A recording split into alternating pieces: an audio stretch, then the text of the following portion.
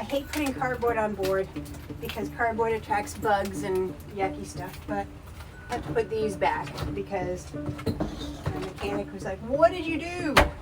I'm like, I cleaned up.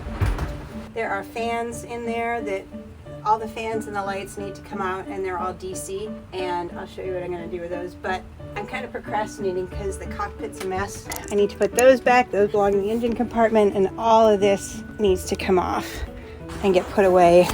That is my next job. Well, I just killed another tripod. What was that, number 5, number 6? How hard is it to make a decent tripod?